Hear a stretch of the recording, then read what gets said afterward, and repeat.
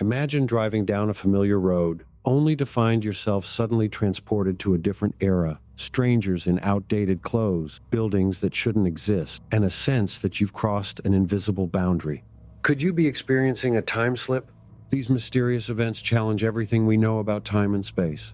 From the eerie streets of Riverside, California, to the ancient Roman roads beneath York, these tales defy explanation. Could there be forces at work that cause the boundaries between past, present, and future to blur? Join me as we dive into 5 incredible stories of time slips that hint at worlds beyond our own.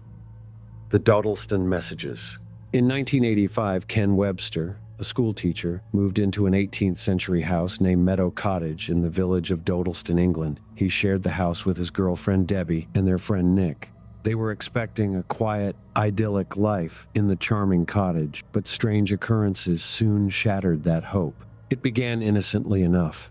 Mysterious footprints appeared in the dust on the floor. The footprints reappeared even after being painted over, as if something or someone wanted to make sure they were noticed. This was only the beginning of the inexplicable events that would soon unfold. Not long after, strange messages started to appear on the BBC microcomputer that Ken had borrowed from the school.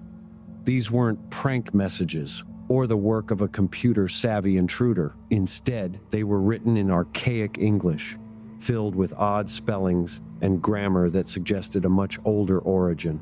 The sender claimed to be a man named Lucas, living in the 16th century. Lucas seemed to be aware of their presence in Meadow Cottage. He described seeing items in the house and even mentioned photographs and other modern objects. He was confused about the year, often mistaking them for travelers from the year 2109, a belief influenced by a mysterious entity he called the Friend, who had allegedly introduced Lucas to a box of lights, a computer from the future. Intrigued, Ken sought answers. He enlisted the help of Peter Trinder, an English teacher and expert in historical texts, and John Cummins, a local solicitor. Together, they analyzed Lucas's writings, and while the language was consistent with 16th century Cheshire dialect, there were puzzling inconsistencies, dates and events that didn't quite align. Sometimes Lucas himself corrected these mistakes in later messages, almost as if he were aware of the discrepancies and trying to set things right.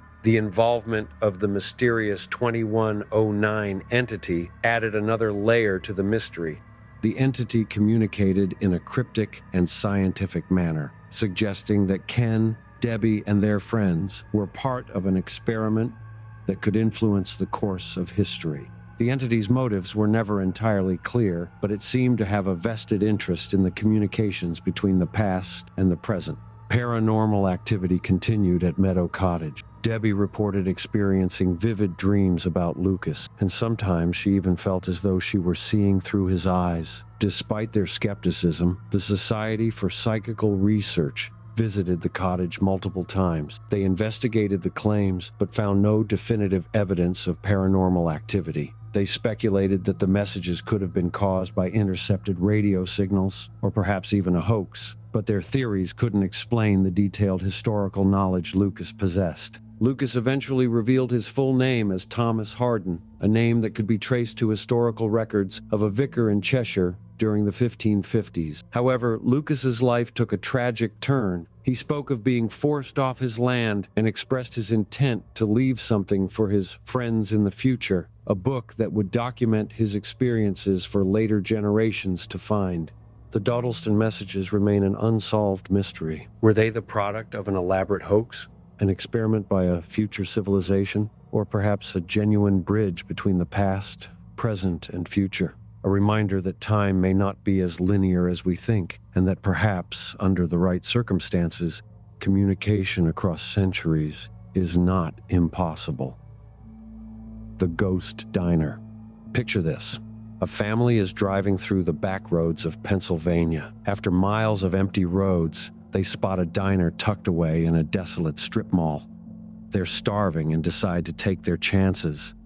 But as soon as they step inside, something feels off. The diner is eerily quiet, too quiet. The other patrons sit stiffly in their booths, barely moving, and not a single conversation drifts through the air. They also notice an unsettling detail. Many of these diners are sporting bandages, as if they'd just come from the hospital. They're staring straight ahead, faces pale and blank, almost mannequin-like. The food arrives, and it's just as strange. It's tasteless and bland, almost like it had been made by someone who'd forgotten what food should taste like. But they're hungry, so they eat, unsettled but not entirely sure why. After finishing up, they quickly head back to the car, exchanging uneasy glances but shrugging it off as a strange roadside experience. As they leave, they jot down the exit number, vowing to avoid that creepy diner on any future road trips. Fast forward a few days. On their return journey, curiosity, or maybe a hint of morbid fascination, gets the better of the stepdad. He can't shake the weird feeling from that diner, so he mentions it to the toll booth attendant. "Is this the exit where there's a diner?" he asks, describing the diner in detail. But the attendant gives him a strange look and replies, "Diner? That place burned down, about 8 years ago." Stunned, they drive to the exit to see for themselves. When they pull up to where the diner had been, they're met with an empty lot and the charred remains of a building long gone.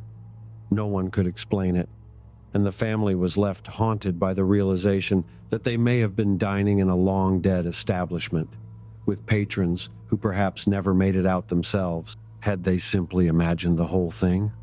Or had they, for one chilling evening, stepped into a ghostly echo of the past? The Riverside alternate reality slip. In 2006, Carol Chase McElhaney was driving through San Bernardino, California, on her way to a sheepdog trial in Paris. As she passed a sign for Riverside, memories of her childhood flooded back, and she decided to make a detour to visit her grandparents' old home and the cemetery where they were buried. Little did she know, this decision would lead her into a strange and unsettling experience. As Carol thought about her grandparents, she suddenly smelled cigar smoke inside her car, an odd occurrence since her windows were rolled up because of the rain. The scent was unmistakable, strongly reminding her of her grandfather, who had passed away when she was just 5 years old. The smell lingered briefly, then vanished as quickly as it had appeared. The next morning, Carol returned to Riverside, eager to reconnect with her past. But as soon as she entered the city, an inexplicable sense of unease washed over her. The streets were unrecognizable.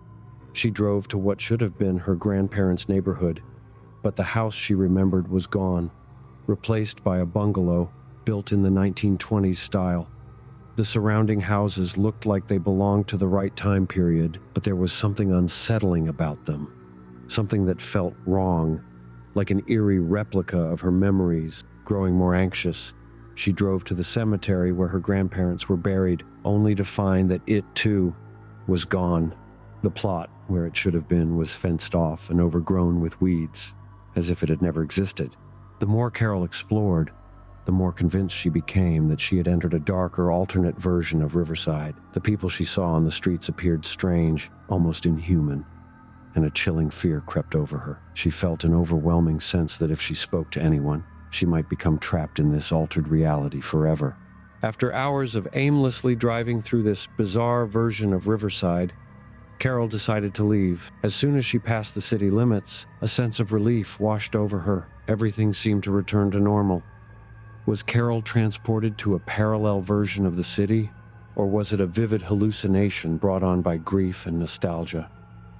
The Gadianton Canyon Incident. The Gadianton Canyon Incident is one of the most puzzling tales of the unexplained. It took place in southeastern Utah, near the small town of Modena, close to the Escalante Desert. In the early hours of the morning, 4 college friends, Jana North, Carol Abbott, Lisa Schaffer, and Bethany Gordon, found themselves caught in a mysterious and terrifying experience that has baffled investigators and enthusiasts ever since. The girls were returning to their dorm after a night out, driving their 1971 Chevrolet Nova. It was after 1 a.m., and they were anxious to return before their house mother locked the doors for the night. As they crossed the Utah-Nevada state line, they saw the familiar Union Pacific Railroad crossing in Modena, and soon came upon 2 roads. One road veered southeast into the desert, while the other headed northeast toward Gadianton Canyon.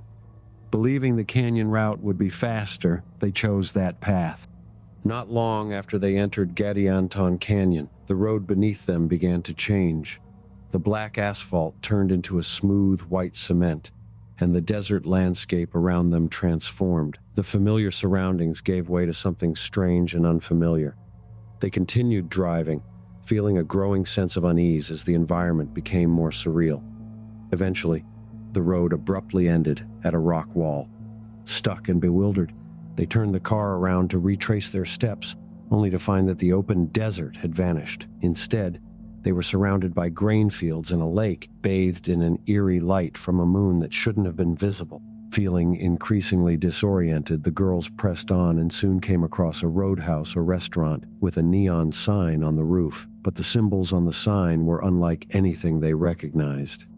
An indecipherable script that added to their growing sense of dread. As they pulled into the parking lot, a group of tall men emerged from the building. These men appeared startled, almost frightened by the sight of the car, and began shouting and waving their arms. Something about the men seemed deeply unsettling, almost inhuman. Lisa, overwhelmed by fear, screamed, urging Jana to drive away. As they sped out of the parking lot, the situation became even more bizarre. Strange, egg-shaped vehicles on 3 wheels began to pursue them. These vehicles emitted a peculiar whirring sound and had a single white headlight, adding to the sense that they were being chased by something not of their world. Jana pushed the Nova to its limits, reaching 80 miles per hour as they raced back through the canyon. Finally, as they emerged from Gadianton Canyon, the road seemed to vanish beneath them. The car crashed, the engine died, and 3 of the tires went flat.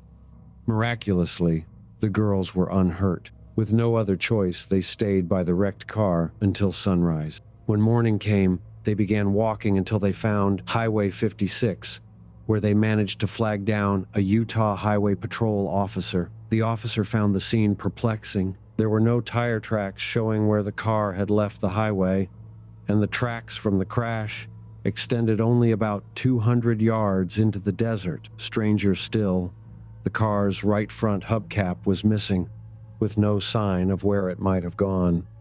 The Roman soldiers in the basement. In 1953, 19-year-old Harry Martindale, a plumber's apprentice, experienced something that would change his life forever. He was working in the basement of the treasurer's house in York, England, chiseling into a stone wall as part of a routine plumbing job. The basement was dimly lit, the kind of place where shadows seemed to linger, and the atmosphere was thick with history. As Harry worked, he suddenly heard the faint sound of a horn coming from within the wall. Confused, he paused, listening as the sound grew louder. Moments later, something extraordinary happened. A group of Roman soldiers began to emerge from the wall. The soldiers were marching in formation, their expressions stern and focused. They wore green tunics and carried round shields, and they looked as solid as any person. But there was something strange about them. Their lower legs were not visible, as if they were walking on a surface buried beneath the basement floor. Harry stood frozen, his heart pounding as he watched the soldiers and even horses pass by him. The sight was both mesmerizing and terrifying, leaving Harry in a state of shock. Harry was so shaken that he kept the story to himself for 2 decades, fearing ridicule. When he finally did share his account, skeptics were quick to point out inconsistencies. They argued that Roman soldiers typically wore red or purple tunics and carried rectangular shields, not green tunics and round shields. But Harry was adamant. He knew what he had seen. He described the soldiers in vivid detail, their worn expressions, the way they moved in unison, and the sound of their footsteps echoing through the room. Years later, archaeological discoveries provided a possible explanation for Harry's experience. Excavations revealed an ancient Roman road running beneath the basement, about 18 inches below the floor. This explained why the soldiers' legs were not visible. They were marching along the old road, their path intersecting with the present-day basement. Further research revealed that Roman auxiliary soldiers, who were not Roman citizens, often wore green tunics and carried round shields, just as Harry had described. This information was not widely known when Harry first shared his story, lending credibility to his account. The treasurer's house in York has a long history, and Harry's encounter is not the only report of Roman soldiers being seen there. When Harry ran upstairs in a panic, the treasurer calmly told him that he must have seen the Roman soldiers as if it were a common occurrence. Years later, when the house was sold, the new owner's dogs would often bark at something unseen in the basement. On one occasion, the owner herself reported seeing the Roman soldiers marching through just as Harry had described. York, known as Eboracum during Roman times, was a major military stronghold, home to a population of 25,000 and rich in Roman artifacts. The city has yielded countless remnants of its Roman past, including 60 skeletons found beneath a hotel swimming pool during renovation. It seems plausible that echoes of this ancient history could still linger, replaying like a spectral recording for those sensitive enough to witness it. As we've seen, these incredible stories challenge our understanding of time and reality. Are these incidents proof that time is more fluid than we think? Though we may never fully understand what causes time slips, they remind us that the world is full of mysteries waiting to be unraveled. Keep an open mind, stay curious, and who knows, maybe someday you too will find yourself stepping across the boundaries of time